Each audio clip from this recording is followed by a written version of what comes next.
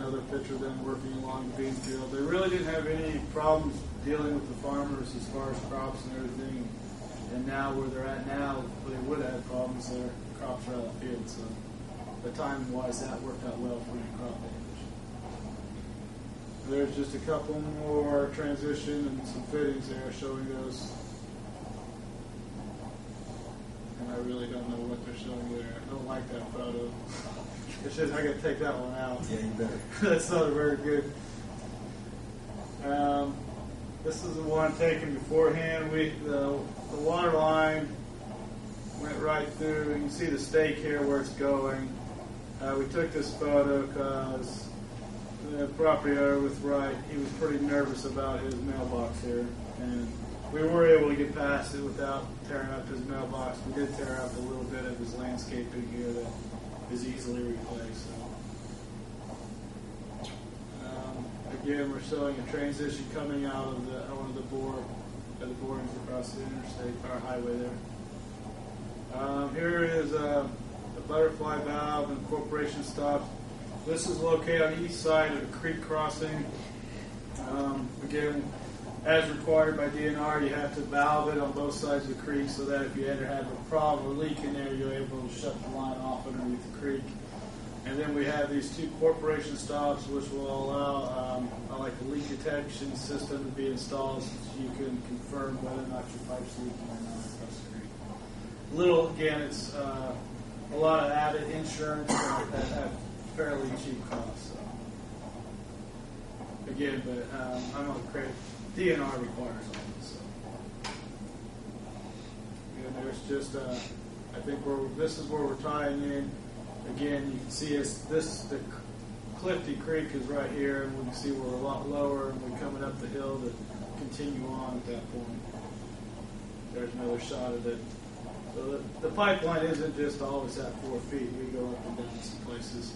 But you can see here, the original grade comes down. You can see where we had to excavate out and bank this up. So the original grade, when you get this area here, will probably only be about 4 foot of cover when it was backfilled back. So it comes down the hill. We had to cut out the side of the slope there. What kind of effect does that have on the flow? Not a lot. If you continue to do that, you would have increased head loss. But the pipe is sized so that we don't have a lot of velocity head. Excuse me, I'll be hurrying.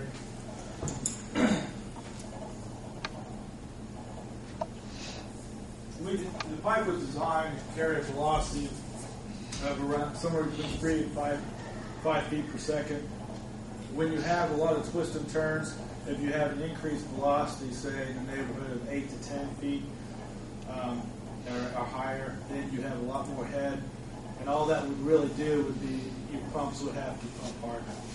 And you have to have bigger pumps. And then if you have bigger pumps, you use more energy. So you try to minimize the number of fittings as much as possible so that you keep your energy costs down and your pump sizes down. So it can still be done, but that's just that's the impact it has. So, that's one of the reasons why when we originally scoped the project out in the planning phase, we were looking at a 20-inch pipe.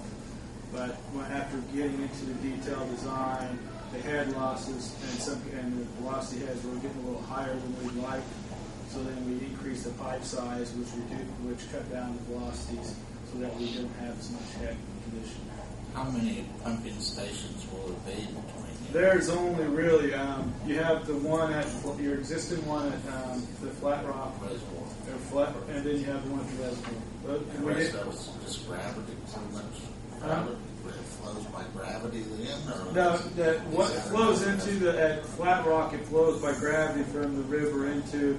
You got a low case on, and that pumps it up to the clarifier, and then from your clarifier it goes to another pump station, and then that pumps it into town. That's enough force. There's enough force. That's a 1,500 gallon per minute pump, and I forget what the horsepower is. I want to say that's 75.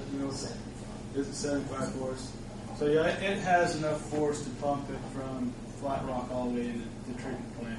And then you also have the ability, if you're pumping, or it also just pumps the reservoir. And you have another set of pumps at the reservoir that could actually, if you're pumping from the reservoir into town. And I think under normal operations, that's what Rick does. He pumps from Flat Rock to the reservoir, and from the reservoir to the treatment plants. We enjoyed the show. You got any more questions? Yeah, very nice. Yeah, we'll do these. It's better than me just telling you it's about 40% down. Oh, it's 40%. Appreciate it.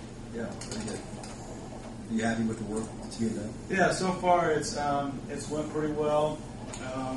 I've asked for the contract. He's having trouble with one boring along 74, and that's more due to some of his equipment failure than anything else. It's not the conditions.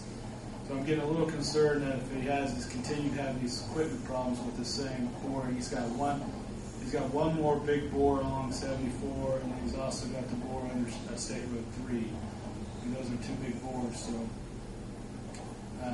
I'm concerned that if those don't get going here pretty quickly, his pipeline people are going to catch up with him. He's trying to get his bore crews ahead of him with the pipeline, so this pipeline can just continue to go. We'll see. I think he's still projecting to be done on time. So He's got 60 foot left on 74 bore. a little bit left. Has he started boring again? He's putting it all back together today because he twisted off the cutter head off the very front of the. So he had to pull all out again. He had to pull out 200 foot auger. Yeah, it's been a slow process on that, and it really I don't have, other than it's just the length, and I think what may be hurting him is he wanted to do that one first because he was worried about it being wet in that area. It's right next to Muddy Fork Creek there by the old golf course there. So he wanted to do it while it was really dry. I think it's so dry that the clay is a lot harder than he's probably anticipating, so it created a lot more friction and torque on his cutters. So He's twisting a lot of his problem is twisting the bit. They got 5-inch like hex head that the augers tie into each other, and they're actually twisting the couplings off, just twisting them right now. So then, depending on where that happens within, the augers, he might have to pull out 80 foot of auger to replace one second. But really, he's got the hard part along 421. That's the hard part. Now watch me eat my words next week. But in theory, that should be the hard part. Should be done. Good. Thank you, Jeff.